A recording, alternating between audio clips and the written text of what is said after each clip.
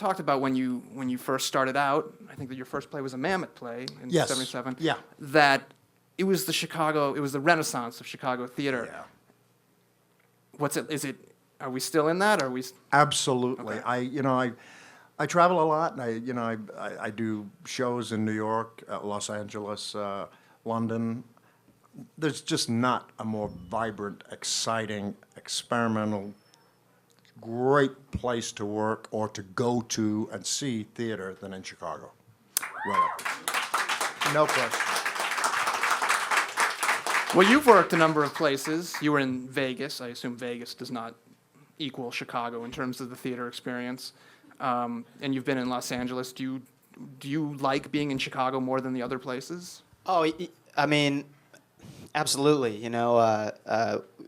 John was very nice the way he said that. The car ride over here, I was like, live my life for me. Tell me what to do. Because the fact is, as a young actor and someone who grew up in Chicago, not too far, right down Willow, a stone's throw from Steppenwolf and Second City. We were talking. I saw plays there, and always looking up to an actor, specifically John Mahoney. And like you've been able to do what I hope that would be possible for me, which is live in Chicago your whole life and find success elsewhere to continue to be a patron to what you really love. So yes, I love Chicago. I've always loved it here. I went to high school in Los Angeles and came back immediately after graduating from college. I love this city. I love the feel of it. I mean, sitting across John at rehearsal, I mean, you, sir, are, absolutely a testament to what it is to be a Chicago actor. I mean, I've never met, and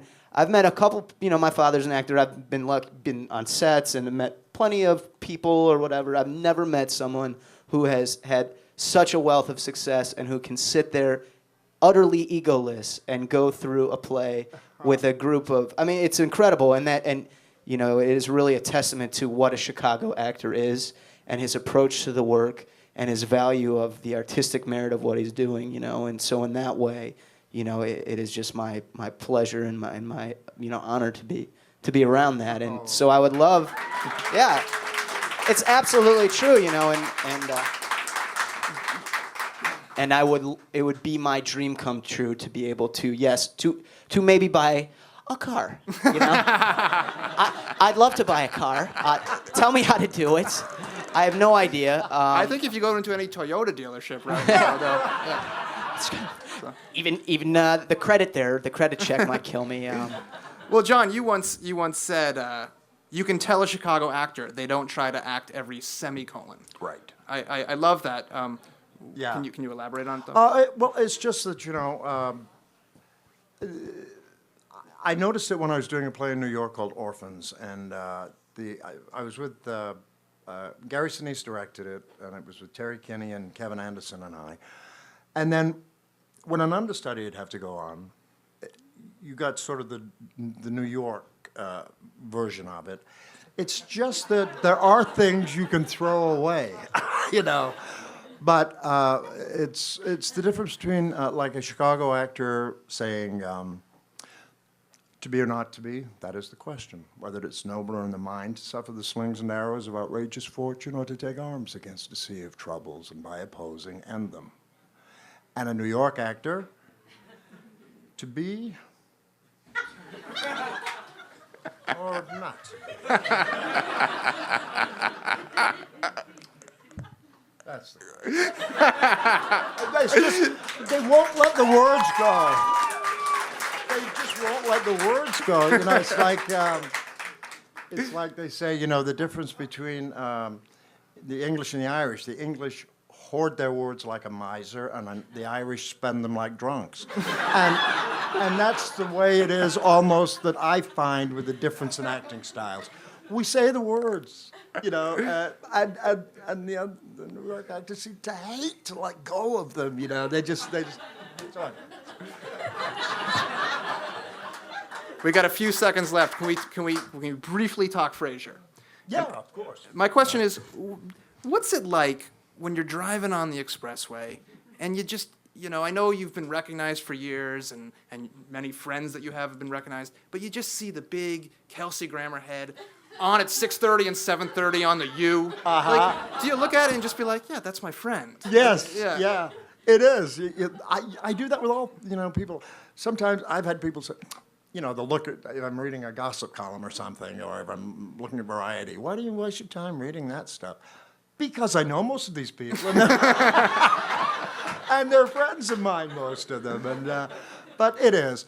But the press can do so many weird things. I'm not a media basher by any means. Certainly not newspapers. I read 3 a day. Wednesday Journal?